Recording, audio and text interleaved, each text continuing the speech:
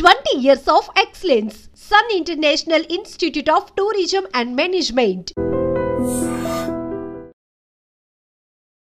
Welcome to I dream. నేను Lumbini పూచల. Social media influence మన మీద ఎంతుందో తెలియంది కాదు. సోషల్ మీడియా వల్ల జరిగే మిస్టేక్స్ కానీ క్రైమ్స్ కానీ పెరుగుతూ ఉన్నాయి రోజు రోజుకి. అలాంటి ఒక క్రైమ్ గురించి మాట్లాడడానికి మనతో పాటు ప్రముఖ life coach and public speaker, దాంతోపాటు ఫ్యామిలీ కౌన్సిలర్ రజనీ రమ్మ గారు ఉన్నారు. ఆవిడతో మాట్లాడి ఈ డీటెయిల్స్ అన్ని క్లియర్గా తెలుసుకుందాం.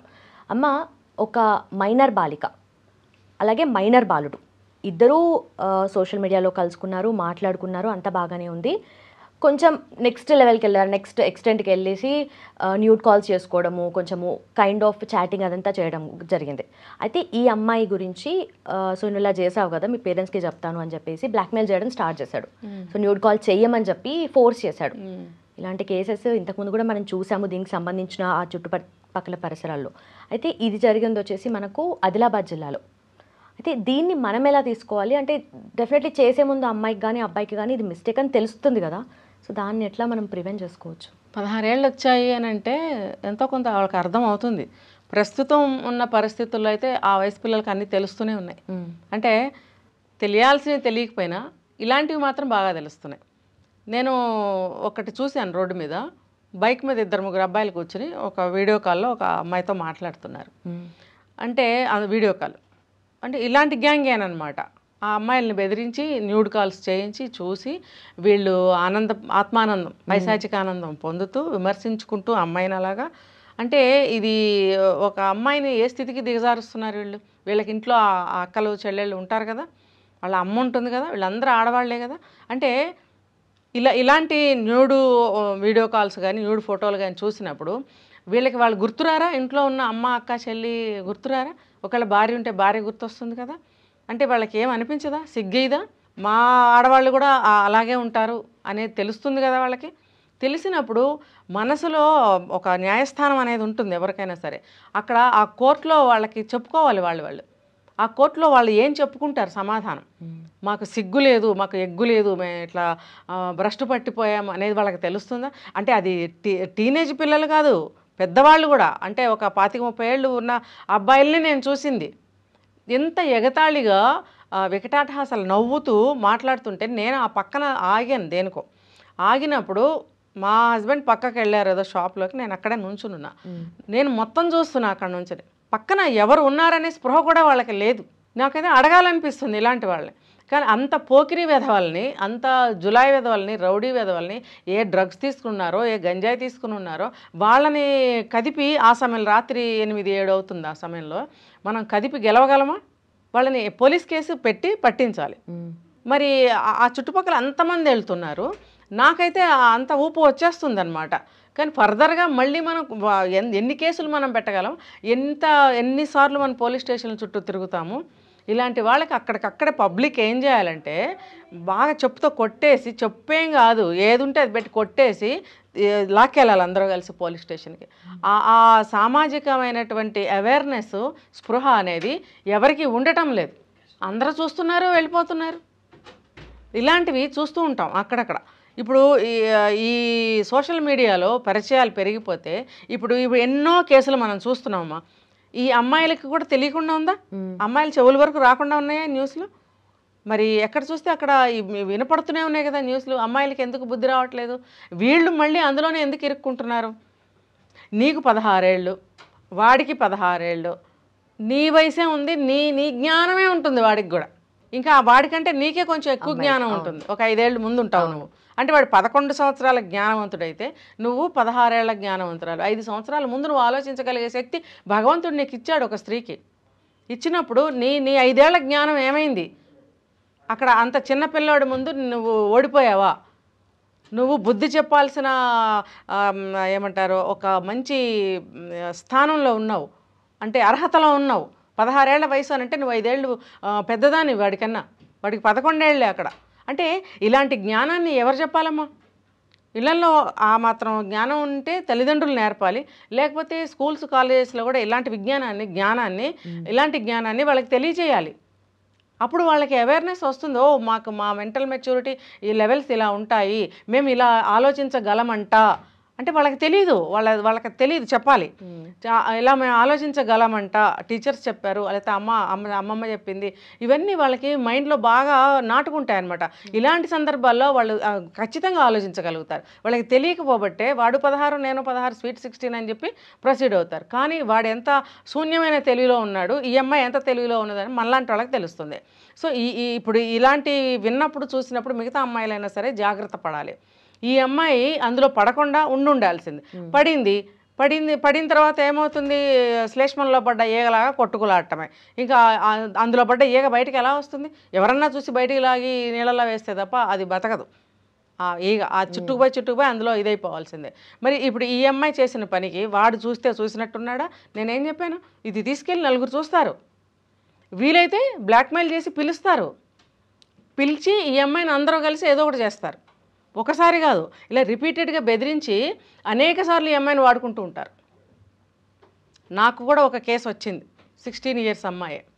అయితే ఈ కేసులో చూసుకుంటే ఈ అమ్మాయి న్యూడ్ కాల్స్ చేసి చూపించడము, వాడు తీసుకెళ్ళి ఇంకొకళ్ళతో అందరికీ చూపించడము, ఇది ఎంతవరకు వెళ్ళిందంటే అమ్మాయికి ఎంత భయం వేస్తుంది, బ్రతకడం భయం వేస్తుంది, ఇంట్లో వాళ్ళకి చెప్పడానికి భయం వేస్తుంది, ఇటు వీడియో బెదిరిస్తున్నాడు. అరే వాడి వయసు ఎంత, వాడు బెదిరించడం ఏంటి, నేను దీన్ని ఓపెన్ చేయాలనే జ్ఞానం లేదా అమ్మాయికి? ఇప్పుడు ఎంతమందికి చూపించి ఉంటాడు? ఇంకా శారీరకంగా మెంటల్గా ఈ రకంగా హింస పెడుతున్నాడని చెప్పి మరి బయటకు వచ్చింది విషయం. ఎలా వచ్చింది అనేది నాకు కూడా పెద్ద ఐడియా లేదు. బయటకు వచ్చింది. బయటకు వచ్చిన తర్వాత చూస్తే వీళ్ళ వెనకాల వాడు ఒక్కడే కాదు, ఇందాక నేను చెప్పాను ఒక గ్రూప్ ఉంటుంది. వీడు చిన్నపిల్లాడు, వీడి వెనక ఇంకా పెద్ద పిల్లలు ఉన్నారు.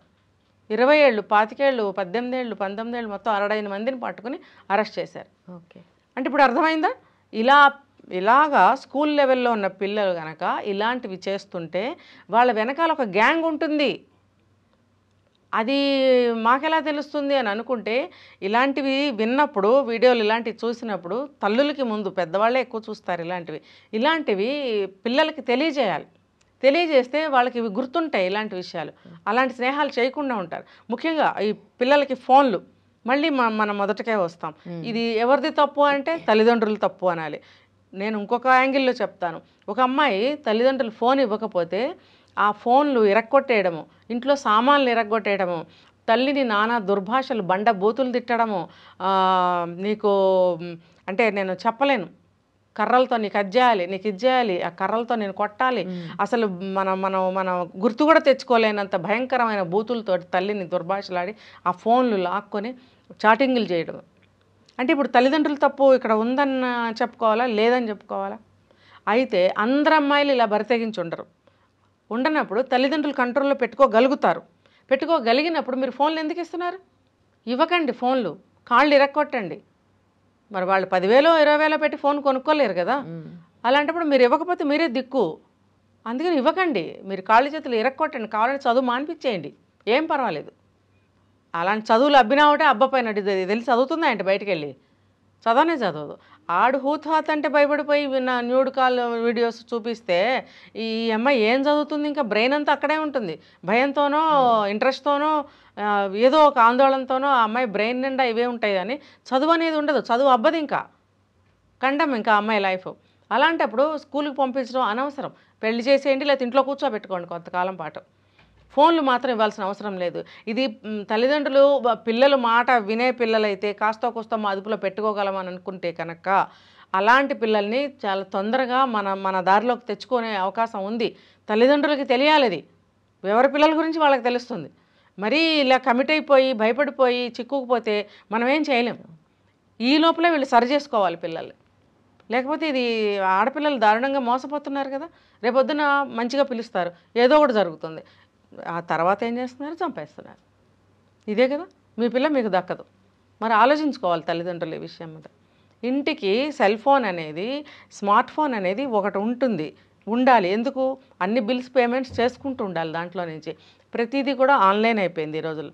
చిన్న ఫోన్లు ఇంట్లో ఒక తల్లికి ఒక ఫోన్ ఉండొచ్చు, అంతగా అవసరమైతే ఎవరికన్నా ఫోను ఇంట్లో వాళ్ళ దాంట్లో నుంచి చేసుకోవచ్చు.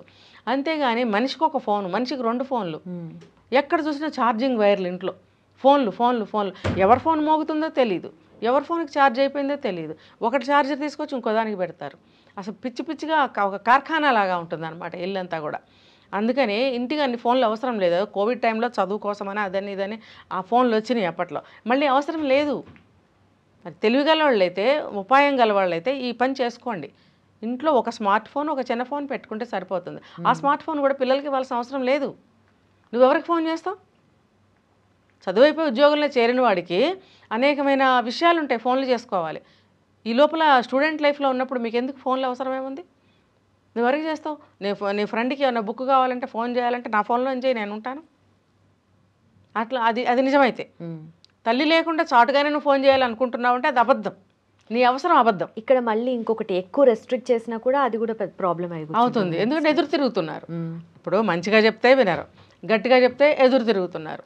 అందుకే నేను చెప్పేది, వాళ్ళ తెలివితేటలతోటి, వాళ్ళ ఉపాయంతో పిల్లల మనస్తత్వాలు వాళ్ళ తల్లిదండ్రులకు తెలుసుంటాయి కాబట్టి దాని ప్రకారం వాళ్ళని పిల్లల్ని మౌల్డ్ చేసుకోవాలి. అసలు మొదటి నుంచి కూడా ఒక డిసిప్లిన్, ఒక కట్టుబాటు అనేది ప్రతి ఇంట్లో ఉండాలి. ఉంటేనే దానికి కట్టుబడి ఉంటారు పిల్లలు. కొత్తగా ఇప్పుడు మొదలు పెడితే వాళ్ళ మాట వినరు. ఎందుకంటే వాళ్ళు చిన్నప్పటి నుంచి ఇంటి పరిస్థితులు కూడా అలా ఉంటాయమ్మా.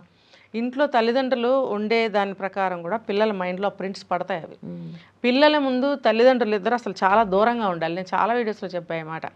పిల్లల ముందు ఒక 20 ఏళ్ళు, ఒక 18 ఏళ్ళు దాటే వరకు కూడా, మేజర్స్ అయ్యే వరకు కూడా తల్లిదండ్రులు దూరంగా ఉండాలి.